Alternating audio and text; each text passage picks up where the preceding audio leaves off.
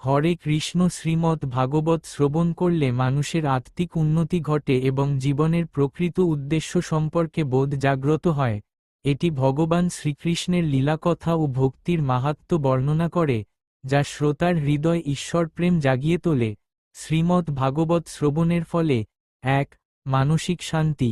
এটি মানুষের চিন্তার ভার হালকা করে এবং মানসিক উদ্বেগ দূর করে। ২. ভক্তি বৃদ্ধি। ঈশ্বরের প্রতি প্রেম ও শ্রদ্ধা গভীর হয়, যা আত্মার মুক্তির পথ প্রশস্ত করে। ৩. পাপক্ষয়। এটি শ্রবণ করলে পাপের বোঝা লাঘব হয় এবং শুদ্ধ জীবনযাপন সহজ হয়। ৪. জীবনের প্রকৃত উদ্দেশ্য। এটি সাংসারিক মোহ কাটিয়ে চিরন্তন সত্যের সন্ধান দেয়। ৫. সদ্গুণের বিকাশ।